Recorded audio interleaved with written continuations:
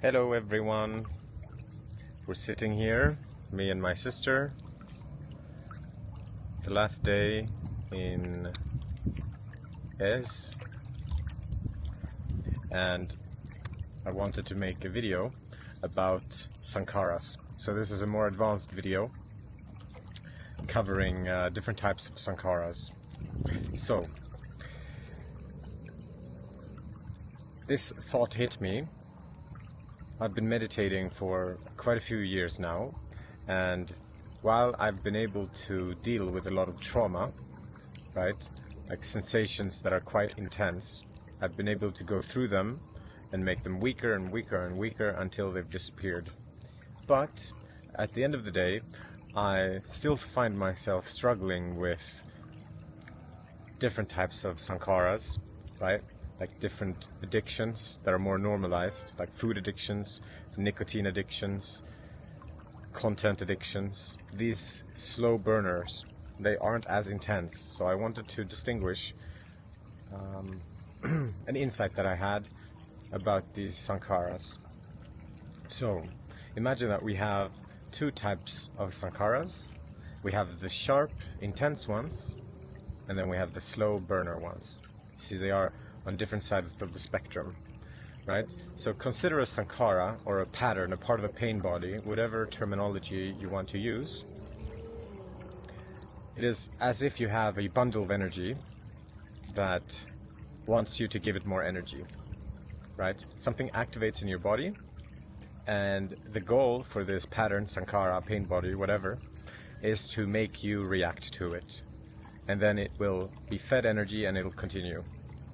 So for example, let's say you have trauma, something fear-related, right? You watch a movie, you hear a song, this sankara, this intense sankara is triggered, and now you're feeling fear, you're feeling anger, you're feeling something intense, and you need to do something about it now, right? You need to shut off the music, you need to protect yourself, you know, there's an intense sensation.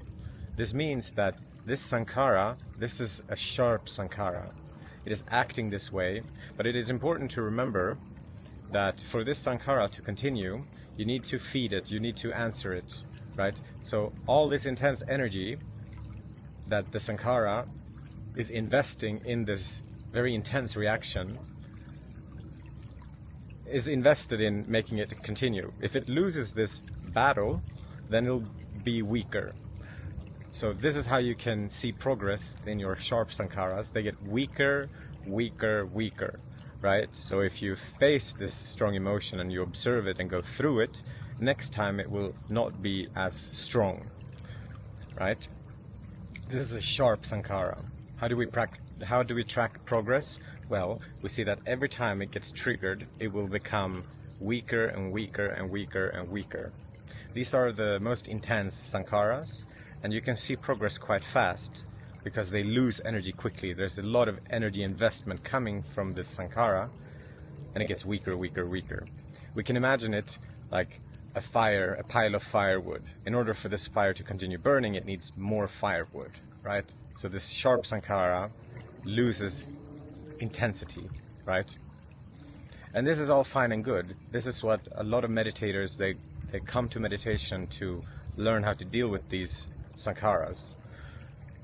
But there are different types of sankharas. There are also the slow burner type of sankharas, right? These are a lot harder to deal with because they aren't as intense. They're not going to overwhelm you with emotion, right? So imagine you have an addiction to food, right? A coping mechanism to food or nicotine or content, right? Actually, when you overcome these, they're not going to be as intense, but they're not actually going to lose intensity in the same way as the sharp ones over time. But they are going to, how do we track progress with these ones? Well, they're going to come back less frequent, right? Because they don't lose as much energy in the actual intensity, but they lose energy in the frequency. Right? So if you are recovering from a cigarette addiction, for example, or gaming addiction, or porn addiction, right? The sensation that you feel is going to be more numbing. It's going to be toned down, right? Only this last time, or it's not actually that bad. It's going to make you want to submit instead of running away. These are the slow burners compared to the intense sankharas. So how do we measure progress? Well, let's say you are recovering from a cigarette addiction. The first day, you're going to have cravings 30 times. The next day, you're going to have cravings 25 times, then 15 times, then 10 times. And it's going to feel almost as intense, right, when we get the cravings, but they're going to come less frequent. So this is how the liberation curve of these sankharas are fundamentally different. So we need to distinguish, is my sankara a sharp sankara? Because then it's going to get reduced in intensity, versus a slow burner, it's going to be reduced in frequency. So it's important that if you are a well-seasoned or a seasoned meditator, right, that you don't,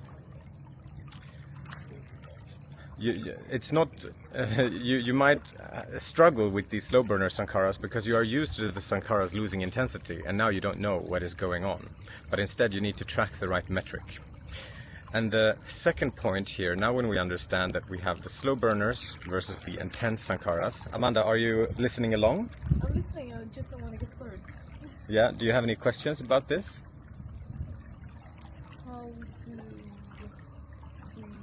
How can... Okay, so when you become aware of you having these coping mechanisms, how do you resolve them? How I resolve them? Well, it's going to be different if it's a sharp sankara, right, that want us to, that is very, very intense, right? Then we just need to go through it, right? Maintain equanimity and go through it. We don't want to react away or cover it up with something, right? If it's a slow burner sankara, then we should not let it numb us, right? If there's a voice in our head that comes up and says, hey, only this time, or you know, it tries to numb us down into making it okay. It's almost as if these two different types of sankharas have evolved in different ways, right? So then we just have to stay sharp in the fog.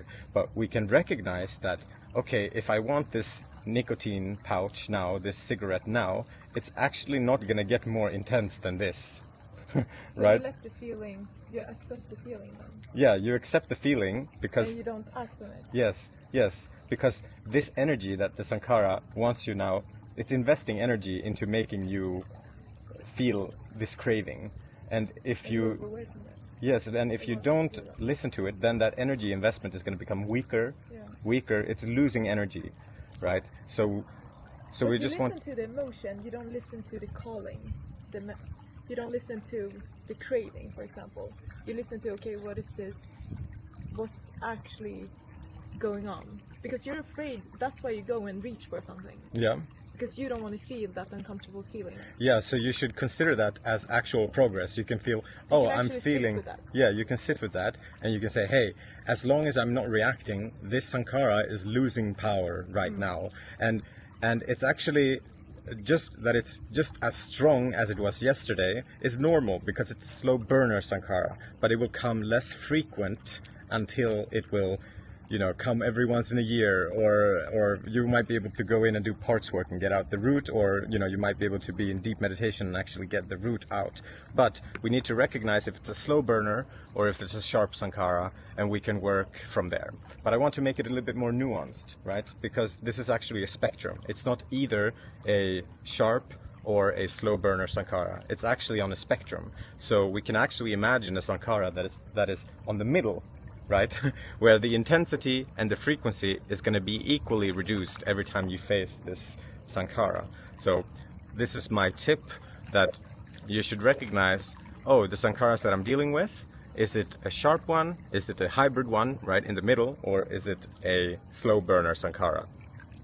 And recognize that, hey, if you are good at reducing these sharp sankaras, you can actually do great work with the slow burners too, but we need more awareness to deal with these because they are not as intense.